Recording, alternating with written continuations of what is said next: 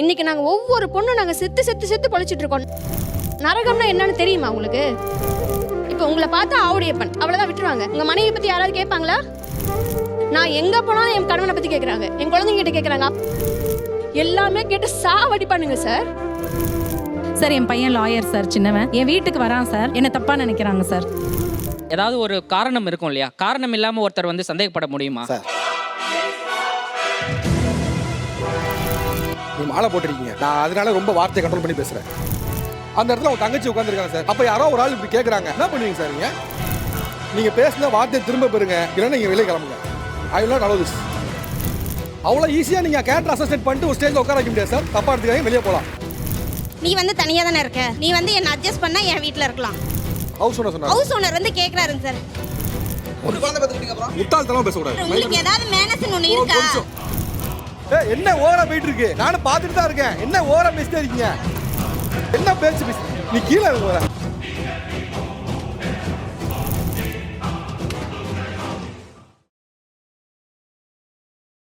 டிவோர்ஸ்னால அதிகம் பாதிக்கப்படுவது ஆண்கள் அல்லது பெண்கள்? இதுதான் நம்ம பேச இருக்க தலைப்பு. எதனால வந்து இந்த மனமுறிவுல ஆண்களுக்கு தான் அதிகமான பாதிப்பு நினைக்கிறீங்க? அந்த கொடுமையே வாயால எப்படினே சொல்லுவேன். எப்பவுமே சொசைட்டில பெண்கள் மேல சாக்கார்னரும் பெண்களுக்கு ரொம்ப சாதகமாகவும் ரொம்பவும் சப்போர்ட்டிவாகவும் இருக்கு. முடியல. ஆக்சுவலா இந்த பார்வை வந்து ரொம்ப நாளாவே இருந்துட்டு இருக்கு. ஒரு டக்குனு ஒரு 2 பேர் போறாங்க அப்படின்னா பெனிஃபிட் ஆஃப் டவுட் கொடுக்கறது ஒன்று இருக்குல்ல, அதை வந்து டக்குனு விமன் பக்கம் கொடுத்துட்றாங்க. ஏன் சார் அழுகுறீங்க சார்? சவுண்ட் வரலையே சார். எல்லாரும் என்ன ஏமாத்துறாங்க. சட்டம் வந்து பாலினத்தை பார்த்து தான் செயல்படுமா? இதுதான் கண்டிப்பா கிடையாது. இதெல்லாம் நம்புற மாதிரி அங்க இருக்குது. அதிகமா டிவோர்ஸ் கேக்குறது ஆண்களா பெண்களா? டிவோர்ஸ் கேட்டு வருது யார் மேம்? அவன் யாரா உள்ள கை தட்டனவன்? இன்னைக்கு இருக்கிற ஸ்டாட்டிஸ்டிக்கல் ரிப்போர்ட் பாத்தீங்கன்னா விமன் அதிகமா இருக்காங்க. ஆமா, இதெல்லாம் எதுக்கு கேக்குற நீ? நீங்களே டிவோர்ஸ் கேட்டு நீங்களே எங்களுக்கு பாதிப்புன்னு சொன்னா எப்படி? இல்லையே, ரொம்ப சீக்கிரமா கை தட்டாதீங்க. யாரா கை தட்டது? அதானே, யாரா கை தட்டது? ஒரு சந்தர்ப்பத்துல அவங்க உந்தப்பட்டு அது கேக்குறாங்க. ஆனா ஆஃப்டர் ரியலைசேஷனோ அதனுடைய இம்பாக்ட் பாத்தீங்கன்னா பாதிப்பு அதிகமா லேடிஸ்க்கு தான் இருக்கு. இப்ப நீ என்ன பண்ண போற? இப்ப நீங்க டிவோர்ஸ்னால அதிகம் பாதிக்கப்படும் ஆண்கள்னு நீங்க பேச வந்திருக்கீங்க. ஏன் என்ன ரீசன் சூஸ் பண்ணதுக்கு? அப்படி கேளு. நான் ஒரு டிவோர்ஸி சார். என்னுடைய ஹஸ்பண்ட் வந்து ரொம்ப கொடுமையான லைஃப் தான் அது. பாவம் இல்ல. என்ன பண்ண சொல்ற? அவங்க சைடு அவங்க எங்க இருக்காங்கன்னு தெரியல. உயிரோட இருக்காங்களா இல்லையான்னு கூட எனக்கு தெரியாது. உயிரோட இருக்காங்களா இல்லையான்னு கூட எனக்கு தெரியாது.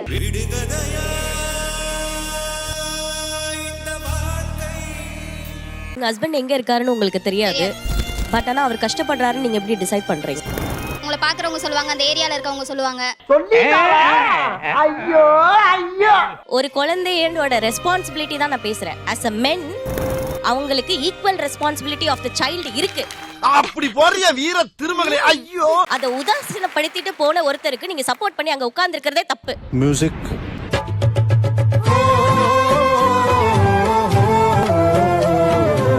ஆண்களுக்கு எதிராக பெண்கள் இருக்கலாம், பெண்களுக்கு எதிராக ஆண்கள் இருக்கலாம். பெண்ணுக்கு பெண்ணே எதிரியே இருக்கவே கூடாது. கடையில பல்ப் எல்லாம் கொஞ்சம் ஆஃப் பண்ணுங்கப்பா.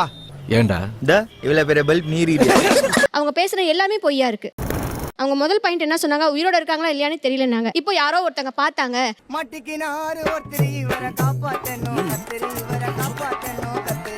ஹாப்பியா இருக்கேன், சந்தோஷமா இருக்கேன். நாங்க 100% போய் உனக்கு புரட்டிடுவாருங்க. இன்னைக்கு நாங்க ஒவ்வொரு பொண்ணும் நாங்க செத்து செத்து செத்து பொழைச்சிட்டு இருக்கோம். நரகம்னா என்னன்னு தெரியுமா உங்களுக்கு? என் நிலைமை ரொம்ப மோசமா இருக்குங்க. நான் என்ன தப்பு பண்ணேன்? எனக்கு ஏன் இந்த கணவன்ற ஒருத்தரை இல்ல? பாவம், யாருக்குமே இந்த நிலைமை வரக்கூடாது. குடிச்சது அவன் தப்பு, குடும்பத்தை காப்பாத்தாம விட்டது அவன் தப்பு, எனக்கு குழந்தைங்களை கொடுத்தது அவன் தப்பு. நான் பொறுமையோட இருக்கேன், நான் வலியை தாங்கிக்கிறேன். ஆனா நான் வலியை அனுபவிச்சுட்டே இருக்கேன் வாழ்க்கை ஃபுல்லா. சகல நிலைமை நினைச்சு ரொம்ப பரிதாபமா இருக்குப்பா. இப்போ உங்களை பார்த்தா ஆவுடையப்பன். உங்க மனைவி பத்தி யாராவது கேட்பாங்களா? கேட்க மாட்டாங்க. நான் எங்க போனாலும் என் கணவனை பத்தி கேட்கறாங்க, என் குழந்தைங்க கிட்ட கேட்கறாங்க. யாரு?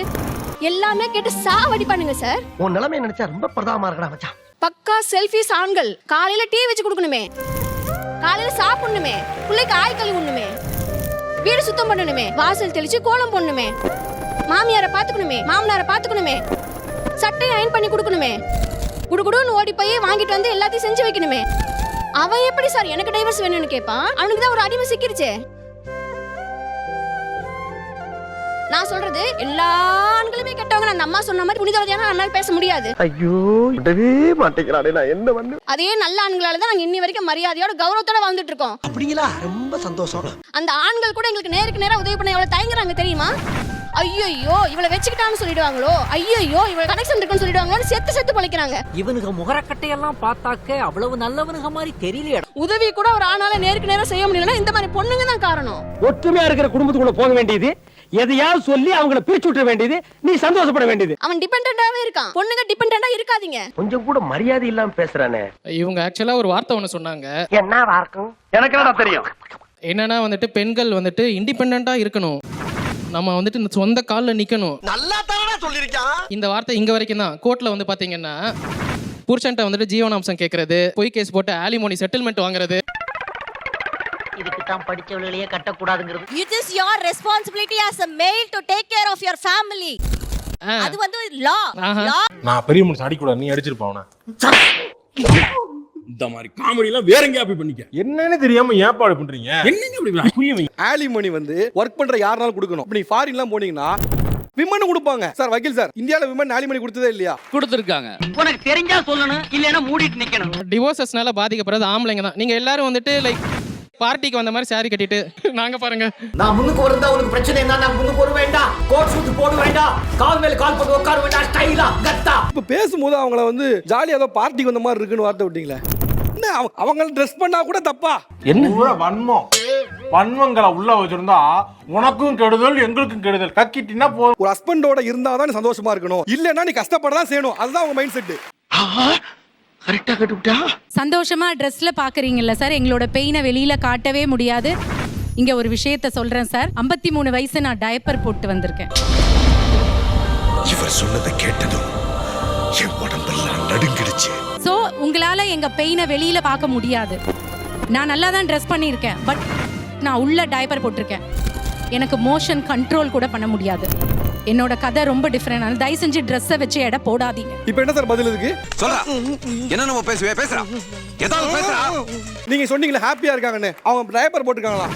நீங்க இந்த வார்த்தையை திரும்ப பெறணும். நான் பேசின வார்த்தை தப்பு தான், சாரி ஃபார் தட். என்ன சாரி பாவன அன்றாருன்னு சார், என் பையன் லாயர் சார், சின்னவன் என் வீட்டுக்கு வரான் சார். என்ன தப்பா நினைக்கிறாங்க சார். சார் இவன் என்ன பண்ண சார்? பெத்த புள்ள சார். டிவோர்ஸ் அப்ளை பண்ண ஒரே காரணத்துக்காக என் அம்மா அப்பா சிப்லிங்ஸ் எல்லாரும் என்ன சந்தேகப்படுறாங்க. இதெல்லாம் ஒரு குடும்பமாடி. இப்போ இவங்க போற ஒரு ஆள் தனியா வந்திருந்தாங்கன்னா, தனியா அவங்க ஊர்கா பிசினஸ் பண்ண நினைச்சா கூட பண்ண முடியாது. ஸ்விக்கி ஜொமேட்டோலாம் டெலிவரிலாம் இல்லைங்களா? Men and women R equal sir. உன்னை இந்த மாதிரி எல்லாம் பேச சொல்லி யாரா சொல்லி கொடுக்குறா? நான் உங்களை இன்னும் ரொம்ப நாகரிகமா நடத்தணும்னு முயற்சி பண்றேன். அதை கெடுத்துக்காதீங்க. இவனை பார்த்தாலே அடிக்கணும் போல இருக்கியா? எங்க அவங்க என்ன பண்ணும், நீங்க எங்க சொல்றீங்க? தோளுக்கு மேல வளர்ந்த பையன் வரா அம்மாவை பாக்குறோன்னு. அந்த பையன் யாரா இருக்கும்? இவ்வளவு வளர்ந்த பையன் இவ வீட்டுக்கு ஏன் வரா?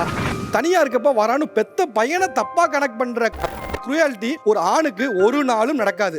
என் வாழ்க்கையில இன்னும் நான் இந்த எல்லா கொடுமைகளை பார்க்கணும்னு இருக்கும், எனக்கே தெரியல.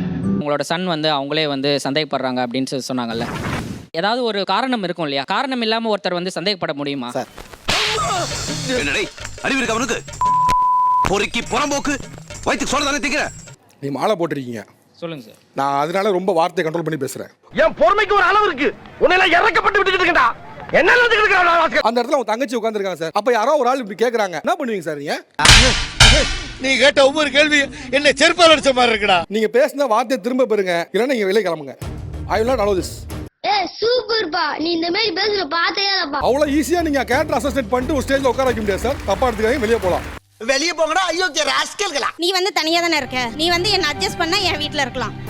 ஹவுஸ் ஓனர் சொன்னாங்க. ஹவுஸ் ஓனர் வந்து கேக்குறாருங்க சார். கலந்து பயல ஓ சைஸ் என்ன அவ வயசு என்ன எங்க வச்சிட்டு என்ன வேலை பார்க்கற? நான் ஓபனா சொல்றேன் சார், ஒரே நிமிஷம் சார். என்னோட பர்சனல் லைஃப் எப்படி ஸ்டார்ட் ஆகும்?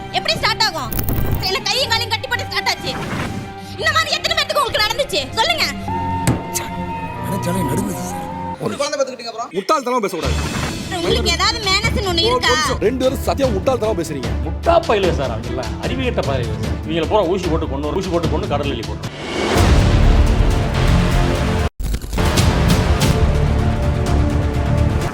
நீங்க அவ்வளவு முட்டாள்தனமா பேசின ஒரு பொண்ணு என்னால இந்த அசிங்கமா பேசல இருக்க முடியாதுன்னு போறாங்க. வெக்கமா இல்ல. இது நம்ம வந்தது எதுக்கு? நானும் பாதிக்கப்படுறேன், நீயும் பாதிக்கப்படுற. இதை பேசுறதுக்கு மட்டும்தான் நம்ம இங்க வந்தோம். ஒருத்தர் காயப்படுத்துறதுக்கு இங்க வரலல்ல. அவங்கள சொல்லும் போது எனக்கு என்ன கோபம் வந்துச்சு தெரியுமா? இப்ப அவங்களுக்கு 13 வயசுல எப்படின்னா தெரியும் அவன் நம்மள தப்பு தான் பண்றான்னு எப்படி தெரியும்?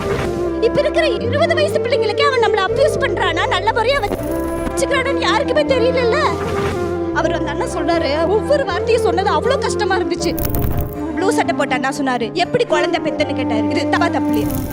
நீ உன் தங்கச்சியை பார்த்து நீ எப்படி குழந்தை பெத்துன்னு நீனால கேட்டுற முடியுமா? வாய் பேசக்கூடாதுன்னா தப்பா பேசக்கூடாது. என்ன ஓவரா போயிட்டு இருக்கு? நானும் பார்த்துட்டு தான் இருக்கேன். என்ன ஓவரா பேசிட்டே இருக்கீங்க? என்ன பேச்சு? நீ கீழே வர.